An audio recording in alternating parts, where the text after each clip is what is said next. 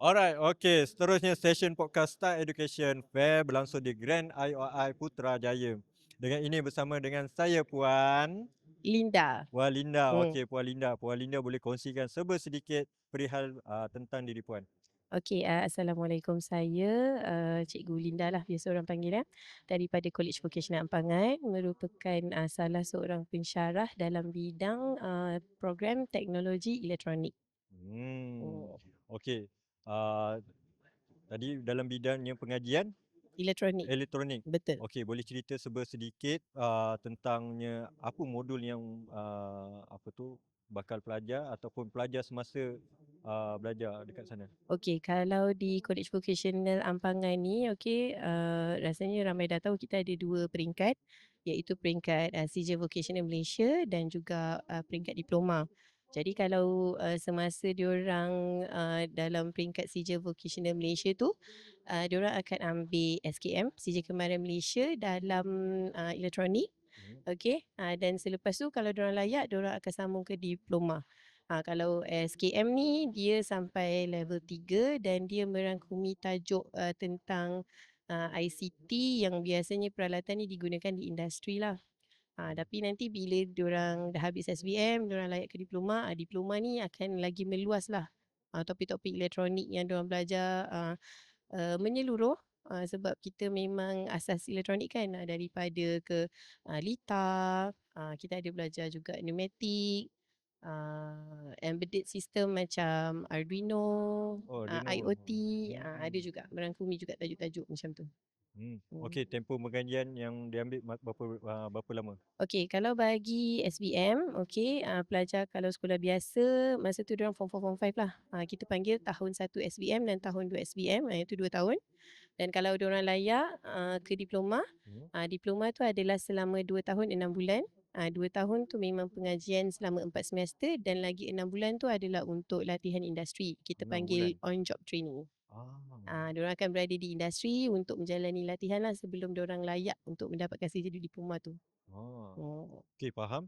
Antara dalam bidangnya elektronik ni Hmm. kan, peluang kerjaya ni ke arah ke mana? Meluas juga. Okey, kalau kita kata tentang pemasaran ex student kita lah, alumni kita ada juga bekerja di kilang-kilang, factory manufacturing, ada juga dalam bidang servis, macam pemasangan CCTV, ada juga yang jadi usahawan pemasangan CCTV. Menyeluruh lah sebab elektronik ni dia dah digunakan di banyak tempat kan. Jadi sebenarnya memang banyak tempat kita boleh pergi. Dan setakat ni memang kalau elektronik di College Vocational Ampangan tu memang lebih daripada 99% lah. Maksudnya 99.9 99 lebih tu dia memang bekerja dalam bidang elektronik. Okey, faham. Hmm. Kepentingan untuk mendapatkan sijil tersebut. Kepentingan sebab sekarang ni kita tahu dekat Malaysia ni memang tengah rancak industri revolution 4.0 kan. Hmm. Dan memang dalam bidang teknologi ni memang tengah sangat meluas dekat Malaysia ni. Jadi kalau mereka dapat sijil-sijil ni sama ada SKM saja ataupun diploma, apatah lagi, memang diorang memang akan mudah mendapatkan tempat ke industri. Lebih lagi dalam bidang teknologi lah. Betul Hmm. tu, faham. Hmm. Okey, Puannya Linda ada Hmm. apa-apanya tips ataupun orang kata tips lah untuk dikongsikan bakal pelajar di luar sana? Okey, kepada siapa yang memang berminat nak menceburi bidang teknologi, lagi lagi di college vocational, okey. Pastikan nanti selepas diorang habis tingkatan 3, sebelum diorang habis tingkatan 3 tu, diorang kena menduduki peperiksaan PKSK. Itu apa tu, Peperiksaan Kemasukan Sekolah Khas. Ah. Jadi kalau diorang tak ambil ujian ni, diorang tak layak untuk apply pun. Jadi sebenarnya yang apply ke college vocational sekarang ni memang bermacam-macam jenis student.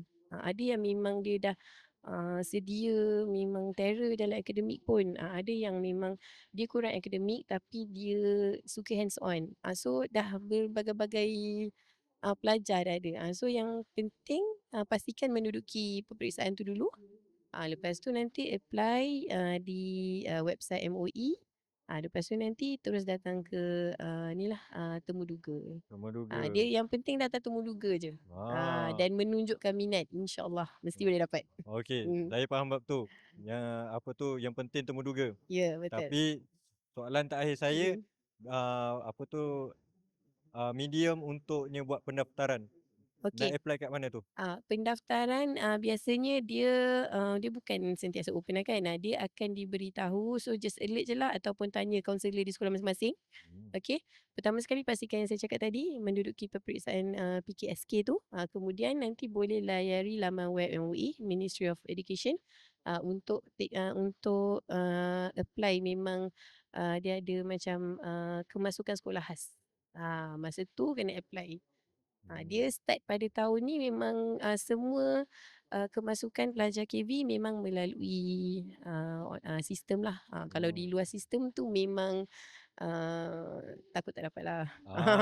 Memang takut Okey. sebab sekarang ni ramai sangat yang nak masuk KV. Betul tu, betul. Ya, kalau Ah, dulu mungkin boleh walk in, sekarang dah tak dah. Mesti melalui sistem. okey, Hmm. faham. Hmm. Okey, itu saja soalan saya. Terima kasih Puan Linda atas perkongsiannya dan apa cerita Uh, bukan cerita uh, apa atas Perkongsian lah kan. atas perkongsian tersebut yang menarik. Hmm. Okey, insya-Allah kita akan berjumpa lagi. Ah, Okey.